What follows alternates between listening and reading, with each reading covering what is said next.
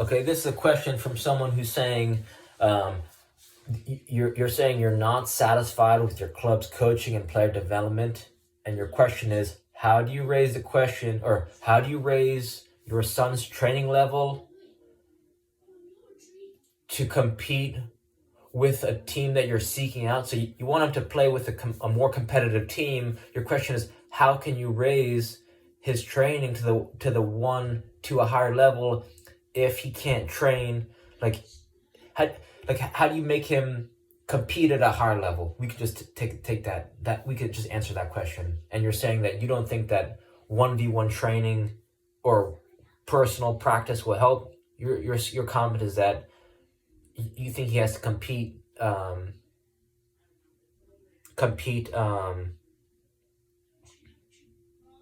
You're saying there's a paradox because you want to change teams because the team is with his poor, and you want him to go to the better team. So how does he play with the better team if he's not already on the better team? So you want to improve the quality of your training, of his training. So you might want to get him, even if it's for one time, personal coaches, skills coaches, someone who can show him how to build a training, even if you had 1 hour a day, 30 minutes a day, give him some principles about the things that he could do in 15 minutes and 20 minutes and 30 minutes, right? Give him a foundation, a kind of a template, a guide, so that he can say, okay, I have this much time. What can I do that's going to really sharpen my skills and help take me to the next level? Any skills coach or soccer coach's training should look like the following, right? It should follow a very simple format, and the simple format is warm up,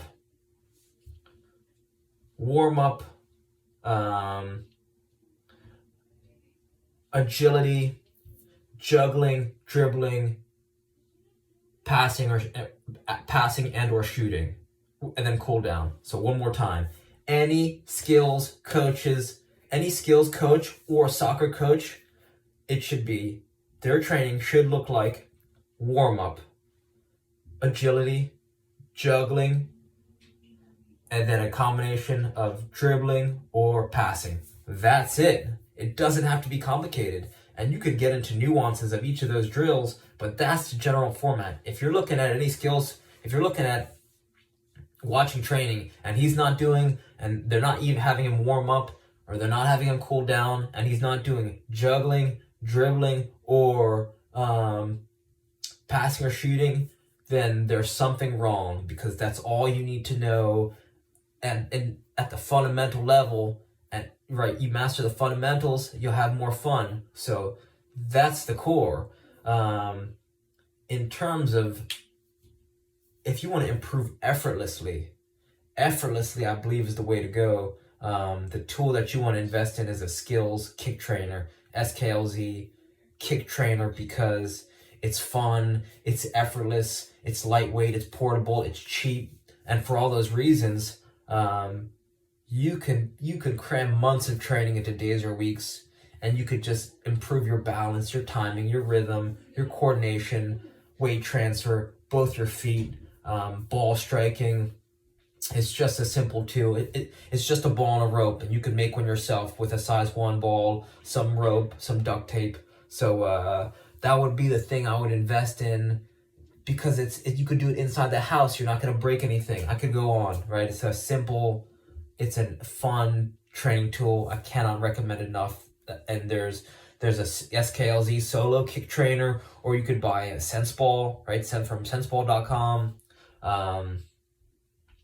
So that's my number one suggestion. Number 2,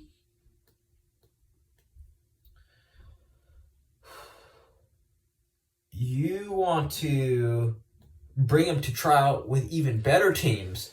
So let's say there's, right, the more times you got to get them around players, like if there's a local,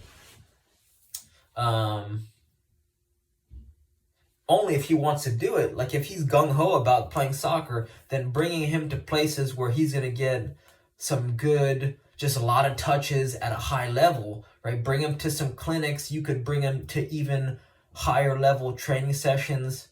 So for example, let's say he's U12. If you bring him to a U13 training clinic or have him practice with a U whatever, even if he's not the best one on the team, that's what you're looking for. You don't want your kid to be the best player on the team ever, because that means they're not growing.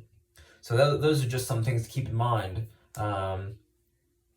But reach out to skills trainers so you can start to see their training. It's like my buddy told me that his friend, he'll hire someone to do work on his home, so either tiling or flooring or painting, and he just has them show him how to do it, and he pays them for 1 hour of their time, and then he just does the rest of the job himself. So you got to be the same way. You got to hire a skills trainer for an hour, you see what they're doing, and then you just copy the stuff that works, and then all the stuff that sucks you don't do again, and you hire a different skills trainer, and you hire them for an hour, and you see all the stuff they do for an hour, and you do the same thing. See what's fun, see what's effective, see what's interesting, and then all the stuff that sucks, and then you do it again.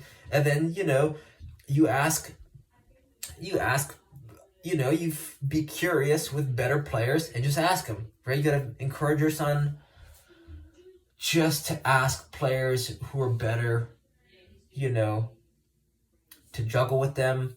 So some of my most fun training has been on beaches in foreign countries where, we didn't even speak the same language, but we were just playing with just some local pickup.